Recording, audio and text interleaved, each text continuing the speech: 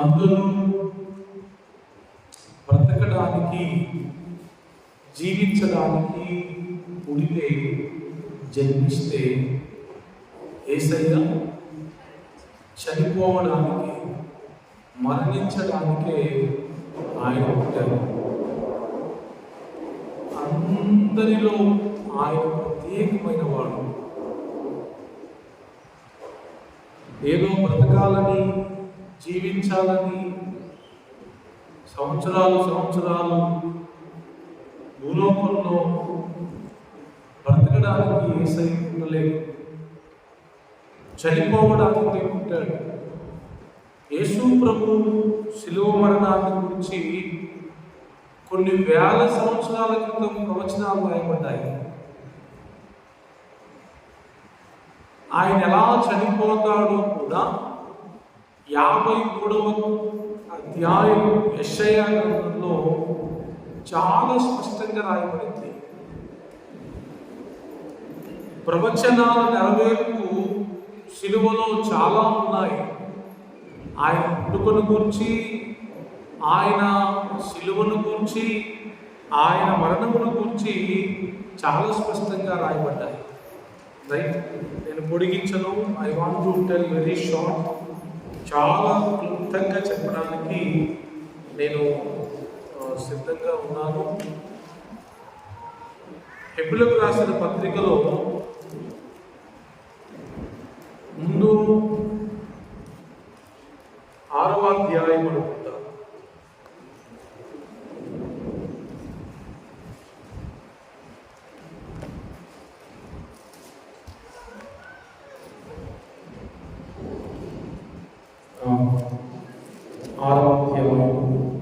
తర్వాత 10వ అధ్యాయం.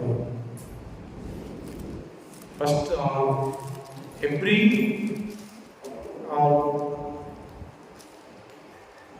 నేను డైరెక్ట్గా వాక్యంలో వెళ్తున్నా. మీకు ఏం చెప్పాలనుకుంటున్నామో చెప్పేస్తాను. 3వ పుస్తకం, దేవుడు సెలవిచ్చిన ఎడల మనం అలాగూ చేయుదుము. 4వ వచనం, ఒకసారి వెలిగింపబడి పరలోక సంబంధమైన వరమును రుచి చూచి పరిశుద్ధాత్మలో పాలివారై దేవుని దివ్య వాక్యమును రాబో యుగ సంబంధమైన శక్తుల ప్రభావమును అనుభవించిన తరువాత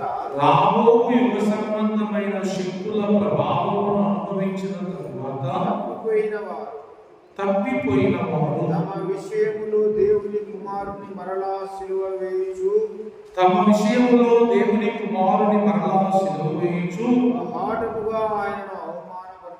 బాహాటముగా ఆయనను అవమానపరుచున్నారు కనుక మారు మనస్సు పొందినట్లు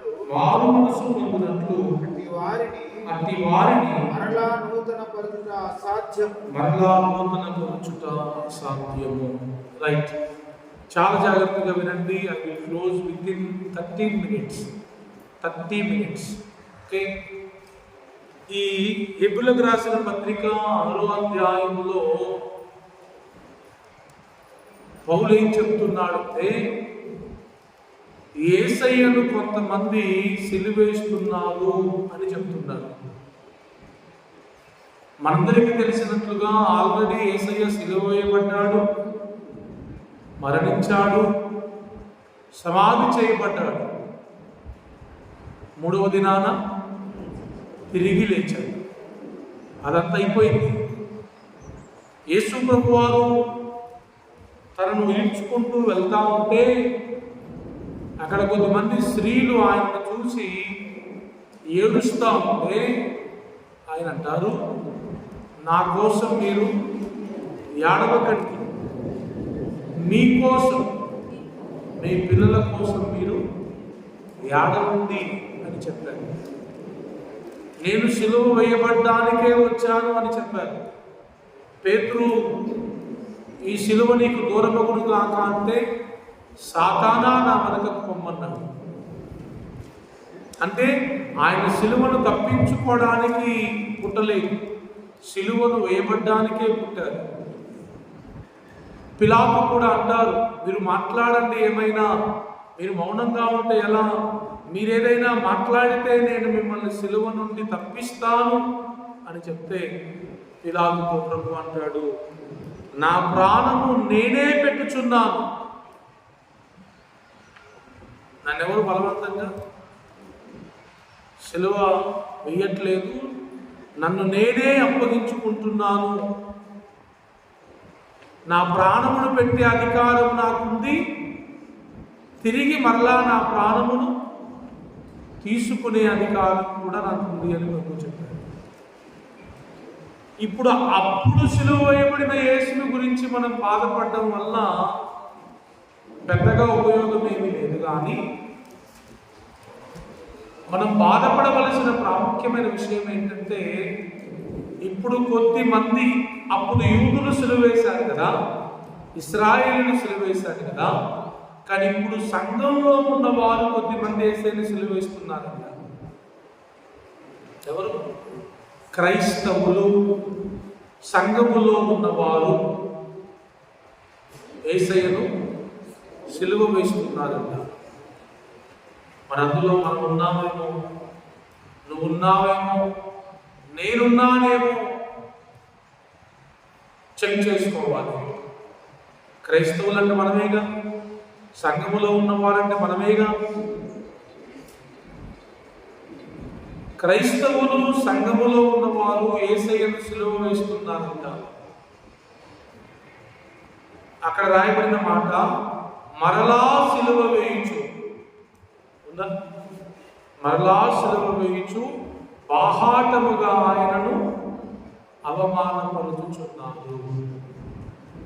యేసయ్య మరలా సిలువ వేయబడ్డానికి రాలేదు, ఒక్కసారే సిలువ వేయబడ్డానికి వచ్చారు. కానీ ఏం జరుగుతుంది? మరలా సిలువ వేస్తున్నారంట యేసయ్యని. ఇంతకెవరు వాళ్ళు చూడండి, ఎవరు వాళ్ళు? 4 వచనం.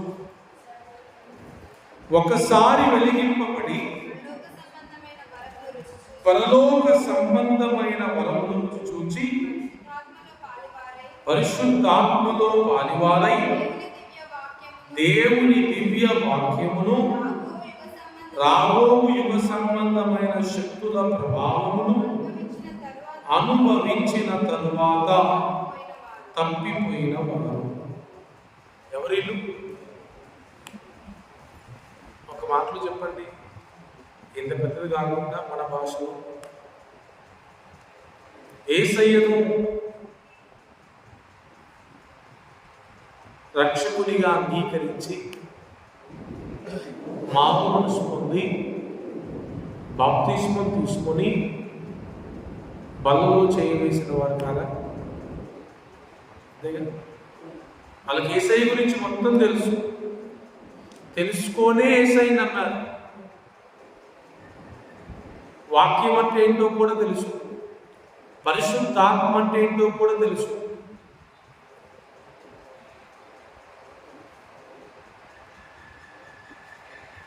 అన్ని తెలుసు. అన్ని తెలిసి కూడా వాళ్ళు ఏం చేస్తున్నారంట? తప్పిపోచున్నారు. ఏం చేస్తున్నారు? అన్ని తెలిసి తప్పిపోచున్నారు. యేసు ప్రభు గురించి అంతా తెలుసు వాళ్ళకి. దేవుని శక్తి తెలుసు, దేవుని ప్రభావం తెలుసు, దేవుని మహిమ తెలుసు, దేవుని వాక్యం తెలుసు, పరిశుద్ధాత్మ తెలుసు, అనుభవించారు వాళ్ళు.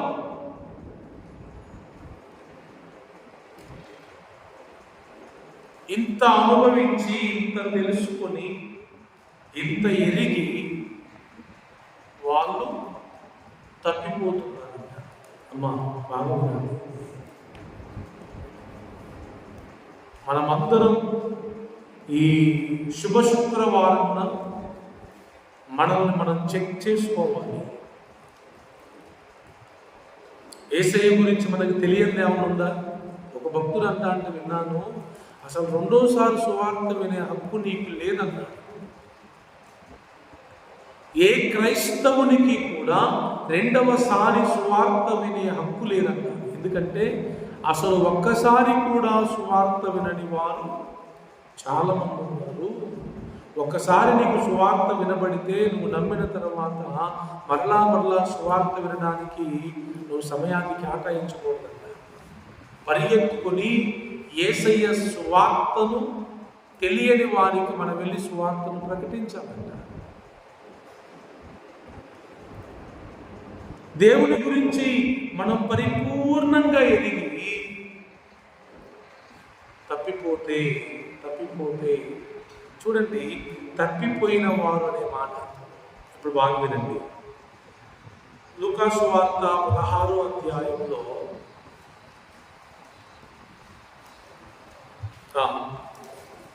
లూకా సువార్త 16వ అధ్యాయంలో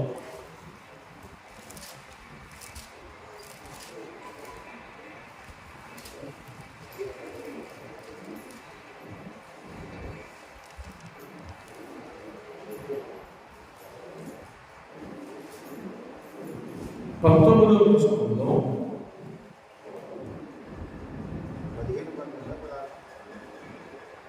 15 ఇక మీదట ఒక్క నిమిషం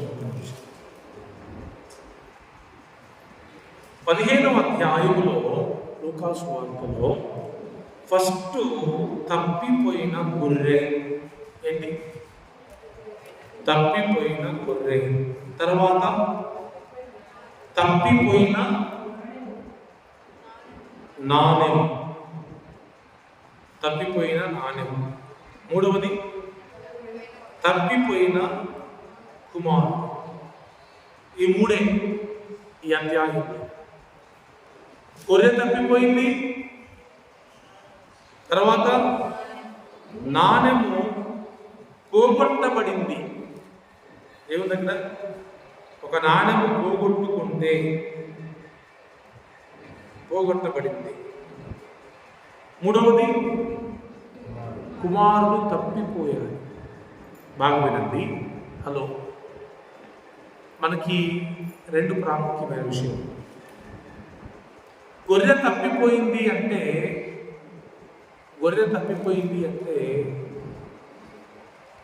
బాధ్యత ఎవరిది? మ్యాక్సిమం కాకపోతే గొర్రె తప్పిపోయిందంటే గొర్రె అంటే దానికి ఏం లేదు, తెలివి జ్ఞానం బుద్ధి ఏముండదు కదా, అందుకని తప్పిపోయింది. కాబట్టి ఇప్పుడు గొర్రె తప్ప కాపరి తప్ప, గొర్రె తప్పేమి లేదు. మరి ఇప్పుడు తప్పిపోయిన కుమారుడు ఉన్నాడు. ఇదెవరి తప్పు? తప్పిపోయిన కుమారునిది వాడి తప్ప, వాళ్ళ తండ్రి తప్ప? ఏంటి? కుమారుడా తండ్రిదా? 100కి 150% వాందే. వానికి ఒళ్ళు బలిసి కొవ్వెక్కి తిన్నది అరక్క తండ్రి దగ్గరికి వచ్చి చక్కగా మాట్లాడతాడు. లేవని నా వార్త నాకు ఇచ్చేయి, నేను నీకు నాకు మాయి, నేను వెళ్ళిపోతాను. ఏమన్యాయం చేశాడు తండ్రి? తనకేమన్యాయం చేశాడు తండ్రి? తనకేం తక్కువ చేశాడు? ఆ ఇంట్లో తిని కూర్చోవచ్చు కదా. ఇప్పుడు తప్పిపోయిన కుమారుడు, అందుకే బాగుండండి, గొర్రె తప్పిపోతే కాపరెళ్ళి వెతుక్కొని వచ్చాడు. అవునా? గొర్రె తప్పిపోతే కాపరి వెళ్ళి ఎత్తుక్కొని వచ్చాడు. కానీ కొడుకు తప్పిపోతే తండ్రి ఎతికాడా? ఎందుకు ఎతకగల మరి? నాకు కావాలని పోయిండు. నాణ్యత కూడా ఏంది? యాంటీ కాకుండా ఉండి మానసికంగా మైండ్ పనిచేయక తప్పిపోతే ఫోటోలో ఏమవుతారు? ఇతడు కనబడటం లేదు, తప్పిపోయాడు. ఆ చూపు తెలిసిన వారు ఈ నెంబర్కి ఫోన్ చేయండి అని వాళ్ళకి ఇప్పుడు ఎక్కువ ఎవరు తప్పిపోతారు? చిన్నపిల్లలు కానీ ముసలోళ్ళు కానీ తప్పిపోతారు. వెతుకుతారు. ఎందుకంటే వాళ్ళకు మతి స్థిమితం సరిగా ఉంటుంది కదా. అందుకే వాళ్ళని వెతుకుతారు. కావాలని ఇంట్లో నుంచి వెళ్ళిపోయిన వాడిని వెతుకుతారా? వెతకరు.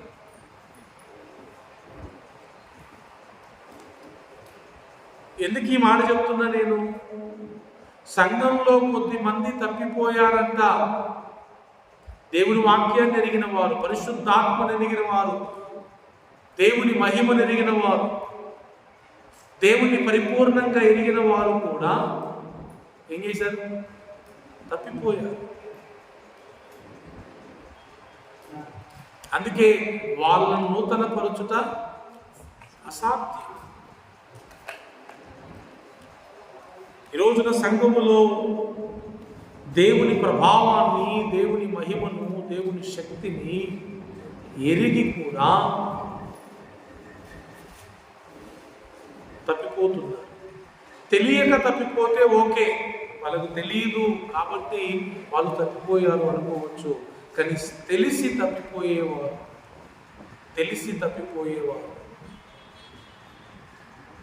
ఏం చేస్తున్నారంట? తెలిసి తప్పిపోయేవారు దేవుణ్ణి మరలా సిలువ వేస్తున్నారు. ఇస్కరియోతు యూదా అంటే ఎవరికైనా ఇష్టం ఉందా? ఉందా లేదా? ఇస్కరియోతు యూదా అంటే ఎవరికి ఇష్టం? ఎందుకు? ఇస్కరియోతు యూదా కనబడితే వందనాలు ఎత్తారా మీరు? సిలువ ఎత్తారా? ఇస్కరియోతు యూదా మీకు కనబడితే మీ ఇంటికి వస్తే ఏం చేస్తారు? వందనాలు ఎత్తారా? టిఫిన్ పెడతారా? సిలువ ఎత్తరా?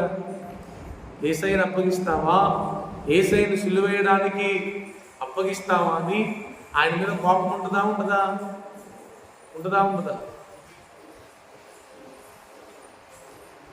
ఎందుకు? యేసయ్యను సిలువ వేయడానికి అప్పగించాడు, సహకరించాడు.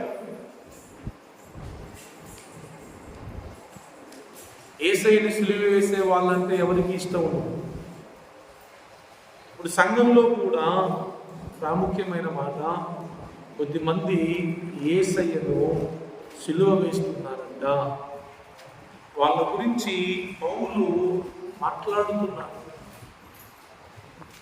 వాక్యం పెట్టుకోండి. డైరెక్ట్గా మీకు అర్థమయ్యేటట్టు చెప్పాలంటే, పాపము చేయకూడదని తెలిసి కూడా నా కొరకే యేసయ్య నా పాపముల కొరకే సిలువలో మరణించాడు అని తెలిసి కూడా మరలా పాపం చేస్తున్నవారు. తక్కువైన వారంటే ఎవరు? పాపం చేస్తున్నవారు. యేసయ్యను మరలా సిలువ వేస్తున్నారు.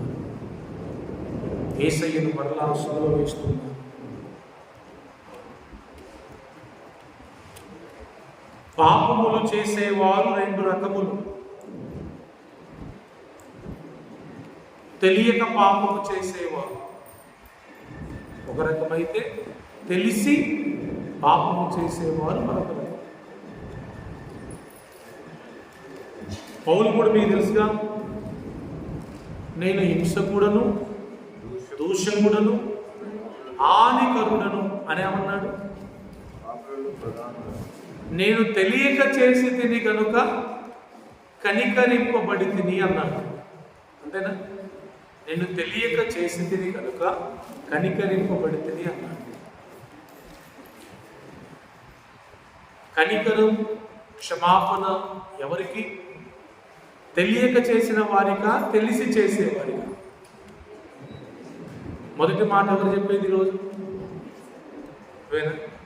యేసు ప్రభువు ఏమన్నాడు? మొదటి మాట, వీరిని క్షమించమని ఎవరి గురించి ప్రార్థన చేశాడు? ప్రభువా, వీళ్ళకి ఏం తెలియదు. బాగా వినండి పాయింట్ ఇది. నన్ను సిలువ వేస్తున్న వారికి నేను మెస్సయ్యానని తెలియదు, నేను దేవుణ్ణని తెలియదు కనుక వీరిని క్షమించు. అదే పౌలు, మరలా పౌలు ఏమంటాడు?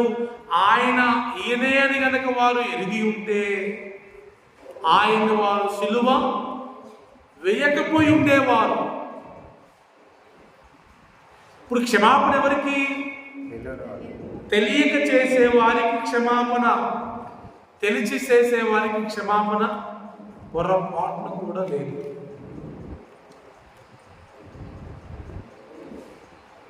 ఆ రోజు సిలువ వేసిన వారికి క్షమాపణ ఉంది. నా పాయింట్ ఇది. ఆ రోజు ఎవరైతే యూదులు, ఇశ్రాయేలీయులు యేసయ్య మెస్సయ్యని తెలియక సిలువ వేశారో వారికి క్షమాపణ ఉంది. కానీ ఈ రోజున ప్రభువా ప్రభువా అని ప్రార్థన చేస్తూ ప్రభువా ప్రభువా అని పాపం చేసే వారికి మాత్రం there is no forgiveness. ఇది మనం జ్ఞాపకం చేసుకోవాలి. నేను అనుకుంటాను మొదటి యోహాను పత్రికలో యోహాను మరణకరమైన పాపం, మరణకరము కాని పాపం అని చెప్పాడు. మరణకరమైన పాపము చేసిన వారి కోసం ప్రార్థన చేయొద్దు అని చెప్పాడు. అవునా? మరణకరము కాని పాపము చేసిన వారి కొరకు వేడుకోండి, ఒకవేళ వారు క్షమింపబడుతుందేమో అని చెప్పాడు. మరి ఇప్పుడు ఈ మరణకరము కాని పాపం ఏంటి, మరణకరమైన పాపం ఏంటి? చాలామంది పరిశుద్ధాత్మను దూషించడం మరణకరమైన పాపం అంటారు. ఇంకేమైనా రీజన్స్ ఉన్నాయా? మీకు తెలిసిన అవగాహన ఇంకేమన్నా? నేనేమనుకుంటున్నానంటే తెలిసి తెలిసి తెలిసి తెలిసి ఎరిగి ఎరిగి అన్ని తెలిసి అన్నీ ఎరిగి ప్రార్థన చేయాలని తెలుసు, చెయ్యరు. వాక్యం చదవాలని తెలుసు, చదవరు. మందిరానికి రావాలని తెలుసు, రారు. ప్రేమించాలని తెలుసు, ప్రేమించరు. క్షమించాలని తెలుసు, క్షమించరు. పాపం చేయకూడదని తెలుసు, కానీ చేస్తారు. తెలిసి చేస్తున్న వారు మరణకరమైన పాపము చేస్తున్నారేమో అని నాకు అనిపిస్తుంది. ఇక మీరు మరలా మిమ్మల్ని మీరు సరిచేసుకొని ఆ తప్పిపోయిన కుమారులాగా ప్రభు పాదాల దగ్గరికి రావాల్సిందే తప్ప ప్రభు మిమ్మల్ని ఎత్తుకుంటూ వచ్చే ఛాన్స్ అనేది లేదేమో. It's my personal opinion. మీరు దీనితో ఏకీభవించవచ్చు, ఏకీభవించకపోవచ్చు, కానీ నాకు అనిపిస్తున్నది మీకు చెప్తున్నాను. నేను గొర్రె కోసం వెతుక్కుంటూ వెళ్ళాడు, కానీ మనిషి కోసం వెతుక్కుంటూ వెళ్ళలేదు దేవుడు. ఒకసారి ఆయన ప్రేమామయుడు, రెండవసారి యూదా గోత్రం సింహమే. ఖచ్చితంగా క్రైస్తవ్యం ఎలా తయారైపోయిందంటే చాలా బాధ అనిపిస్తుంది. ప్రభువా ప్రభువా అని ప్రార్థన చేస్తూనే పాపం చేస్తున్నారు. యేసయ్యా నా కోసం సిలువలో మరణించావా దేవా అంటూనే వీళ్ళు మరలా యేసుని సిలువిస్తున్నారు. చిత్రమా చిత్రమా? నా కోసం సిలువలో చనిపోయావా ప్రభువా అని ఏడ్చుకుంటూ ప్రార్థన పాటలు పాడేవాళ్ళు మరలా వీళ్ళే బాహాటముగా యేసయ్యను సిలువ వేస్తున్నారు. దేని ద్వారా? తప్పిపోవడాన్ని బట్టి, మరలా పాపమును తెలిసి తెలిసి చేయడాన్ని బట్టి.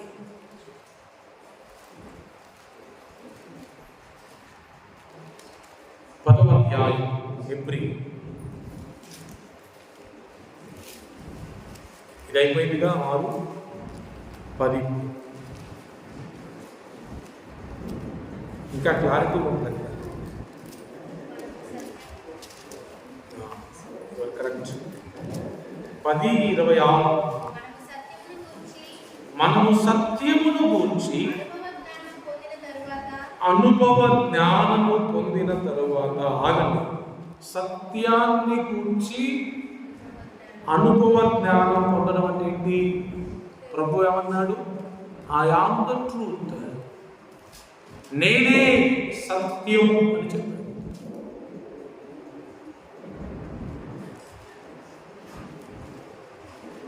యేసు ప్రభువారు సత్యం. ఆయన మనకు నేర్పిన సత్యం ఏంటి? నేను పాపములను తీసివేయుటకై ఈ లోకానికి వచ్చాను. నా పాపములన్నిటిని తీసివేయడానికి వచ్చాను.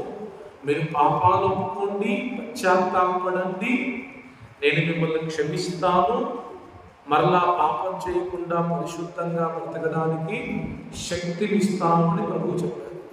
క్రైస్తవ జీవితం అంటే ఏంటి అమ్మా?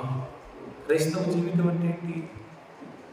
నేను పాపినని గ్రహించడం, మన పాపాలను తీసివేయడానికి యేసయ్య కలువరి శిలువలో మరణించాడని గ్రహించడం, మన పాపాలు ప్రభువు దగ్గర ఒప్పుకోవడం, విడిచిపెట్టడం, బాప్తిస్మం తీసుకోవడం, బాప్తిస్మం తీసుకున్న కాలం నుంచి పరిశుద్ధంగా బ్రతకడం. ఇది క్రైస్తవ జీవితం. ఇలా ఎవరైతే యేసయ్య నిజమైన దేవుడని నమ్మి మారు మనసు పొంది బాప్తిస్మం తీసుకొని బలలో చేయివేస్తూ పరిశుద్ధంగా బ్రతుకుతూ పరిశుద్ధంగా ఆయన ఆరాధిస్తూ ఆయన రాక కోసం ఎదురు చూస్తారో, ఆయన వచ్చినప్పుడు వాళ్ళని తీసుకొని వెళ్తాడు. అందరిని తీసుకొని వెళ్ళండి. దేవుడు చెప్పిన బోధ కూడా అదే. ఒకసారి సత్యం వెలిగిన తర్వాత సత్యంలో నుంచి మన సత్యంలోకి మనం వెళ్ళకూడదు. మనకు సత్యమును గురించి అనుభవ జ్ఞానం పొందిన తర్వాత ఆ మాట అప్లై చేసుకోండి. బుద్ధిపూర్వకముగా పాపము చేసిన ఎడల, అందరు చదవండి ఆ మాట. అందరూ ప్లీజ్ రీడ్ దట్ వర్డ్. ఏంటిది? ఎలా పాపం చేయడం అయ్యా? బుద్ధి లేక కాదు, బుద్ధుండే. హీ నోస్, అతనికి తెలుసు అది పాపమని, చెయ్యకూడదని కూడా తెలుసు, చేస్తే ఏమైందో కూడా తెలుసు. ఈ బుద్ధి అంతా ఉంది, కానీ స్టిల్ ఈజ్ డూయింగ్. అది పాపమని తెలుసు, చేయకూడదని తెలుసు, చేస్తే పర్యవసానం ఏంటో తెలుసు, అయినా బుద్ధిపూర్వకంగా పాపం చేస్తున్నారు.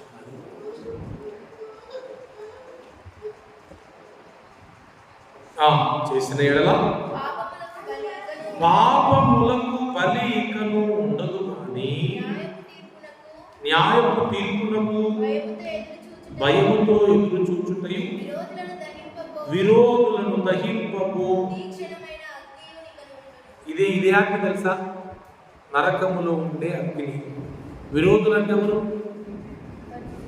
దేవుని మాటను ధిక్కరించి, దేవుణ్ణి తిరస్కరించి, దేవునికి విరోధంగా మాట్లాడి, ఎవరైతే దేవుణ్ణి లెక్క చేయకుండా బ్రతుకుతారో వారిని కాల్చడానికి, దహించడానికి తీక్షణమైన అగ్ని ఉంది. అదే నరకం అంటారు. Nothing but well.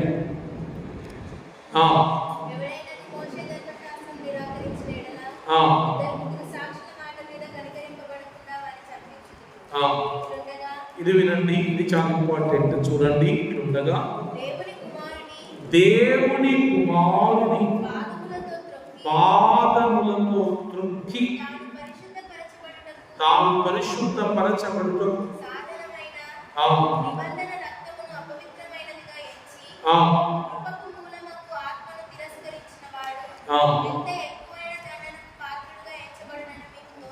మీరే ఆలోచించండి. ఎవరైతే బుద్ధిపూర్వకంగా పాపం చేస్తున్నారో వాళ్ళు చేస్తున్న పని ఏంటంటే దేవుని కుమారుని పాదములతో త్రొక్కుతున్నారు.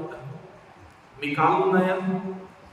మీరు బుద్ధిపూర్వకంగా పాపం చేస్తే మీ కాళ్ళ కింద యేసయ్యను తొక్కుతున్నారంట. మీరు నాకు ఈ మాట విన్నప్పుడు నా గుండెల్లో భయం కలిగింది. కొన్ని సంవత్సరాల క్రితం ఈ మాట విన్నాను. నాకు పాపం చేయకూడదని తెలుసు, పాపం చేస్తే ఏమైందో తెలుసు, అయినా కూడా పరితెగించి తెలిసి కూడా సాహసం చేసి పాపం చేస్తున్నట్లయితే నేను నా కాళ్ళ క్రింద యేసయ్యను, దేవుని కుమారుణ్ణి, నా పాదాల క్రింద నేను తొక్కుతున్నాను.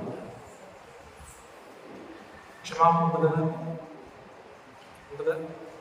నా పాదాల క్రింద యేసయ్యను తొక్కి నన్ను క్షమించేసేయని క్షమిస్తాడు. తొక్కొచ్చా మరి? యేసయ్య బొమ్మ తొక్కడానికే అసలు యేసయ్యకు ఆ చెప్పులను బయట తీసుకొచ్చారు. ఇక్కడ దేవుడు ఉంటాడు, దేవుడి సన్నిధి ఉంటుందనే కదా. కదా యేసయ్య ఫోటో తొక్కుతారా? ఎవరన్నా ఫోటో తొక్కుతారా? బైబుల్ తొక్కుతారా? ఎందుకు తొక్కరు? దేవుడు అనేదే కదా. మరి ఇప్పుడు ఈ వాక్యం ఏం చెబుతుందంటే, నీవు బుద్ధిపూర్వకముగా పాపం చేస్తున్నప్పుడు నీవు నీ కాళ్ళ క్రింద దేవుని కుమారుడిని తొక్కుతున్నావు. తొక్కి నీ కాళ్ళ కింద దేవుణ్ణి తొక్కి మళ్ళీ మోకరించి యేసయ్య నన్ను దీవించమని అడిగితే అది సరైనదేనా? మనకు తెలియకుండా కొన్ని మన జీవితంలో జరిగిపోతున్నాయి. వీటిని మనం ఇప్పటికైనా సరిచేసుకోకపోతే దేవుని దగ్గర న్యాయపు తీర్పులో నిలబడాల్సిన అవసరం ఉంటుంది. పాపం చేసేవారు దేవుణ్ణి పాదాల కింద తొక్కుతున్నారు. రెండవది, యేసయ్య రక్తాన్ని అది దీంట్లో ఏం పెద్ద పవర్ లేదులేండి, ఇది కూడా అపవిత్రమైనదే లేండి అనే అవగాహన కలుగుతుందంట. మూడవది, పరిశుద్ధాత్మను తిరస్కరిస్తున్నారంట. బాగా వినండి దేవుని బిడ్డలారా, ఈ మాటలు మీ హృదయాల్లో చొచ్చుకొని పోవాలని దేవుని సేవకునిగా నేను చాలా ఆశపడుతున్నాను. ఆ టైం అయిపోయింది, కరెక్ట్గా హాఫ్ అన్ అవర్ అవుతుంది. పరిశుద్ధాత్మ దేవుడు భూమి నుండి ఎందుకు అంటే పరిశుద్ధంగా బ్రతకడానికి, మనకి శక్తినివ్వడానికి. ఒక వ్యక్తి పరిశుద్ధంగా బ్రతకాలి అంటే పరిశుద్ధాత్మ దేవుని ద్వారానే సాధ్యం, ఇంకెవరి వల్ల కాదు. అందుకే ప్రతి క్షణం పరిశుద్ధాత్మ దేవుని మీద మనం ఆధారపడాలి. రెండవది, పొరపాటున పాపములో పడితే యేసయ్య రక్తం ఉందా లేదా? ఏం చేసుకోవాలి? యేసయ్య రక్తములో కడుక్కోవాలి. కడగమని యేసయ్యను అడగాలి. ఇది ప్రాసెస్. పడకుండా పరిశుద్ధాత్మ దేవుడు సహాయపడతాడు. పొరపాటున పడితే యేసు రక్తం మన పాపముల నుండి మనల్ని పవిత్రులుగా చేస్తుంది.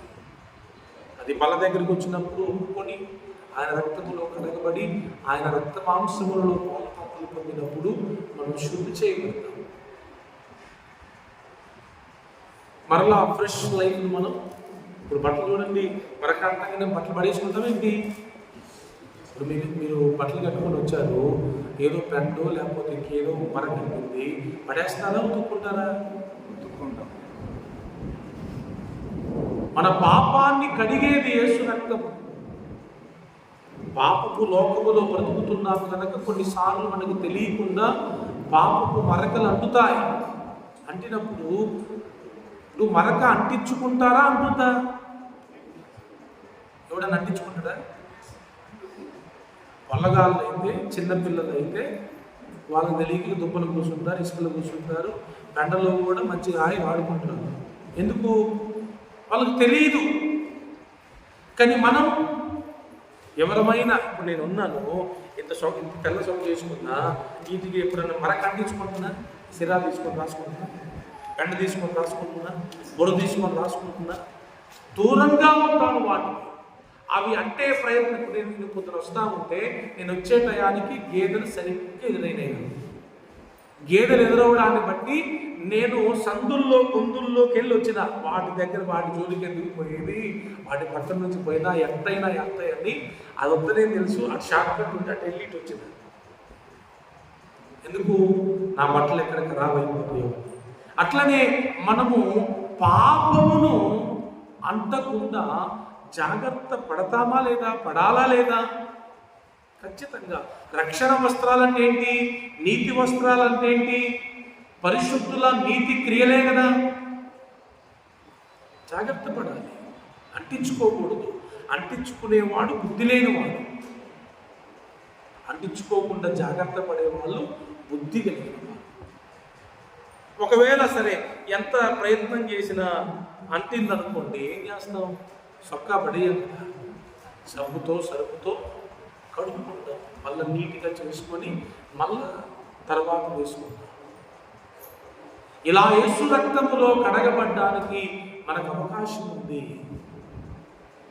దాన్ని మనం అపవిత్రమైనదిగా ఎంచకూడదు. కాబట్టి జాగ్రత్త. నేను చెప్పేది ఒకటే, సంఘములో ఉన్న క్రైస్తవులు యేసయ్యను మరలా సిలువ వేస్తున్నారంట. ఆ సిలువ వేసేవారిలో మనం ఉండుతాం. ఎవరి సిలువ వేసేవారంటే అన్నీ ఎరిగి పాపం చేసేవారు, బుద్ధిపూర్వకముగా పాపం చేసేవారు యేసును సిలువ వేస్తున్నారని అర్థం. ఆయన్ని పాదాల కింద త్రొక్కుతున్నారంట. అలా ఉండకుండా జాగ్రత్త పడదాం. మనమే సిలువ వేసి మళ్ళా మనమే సిలువలో నా కోసం సరిపోయావా యేసయ్యా అని పాట పాడితే బాగోదు. వాళ్ళు తెలియక సిలువ వేశారు ఇశ్రాయేలీయులు. మనం తెలిసి సిలువ అసలు వేయనే వేయకు. Praise the Lord. కళ్ళు మూసుకుందాం, ప్రార్థన చేద్దాం.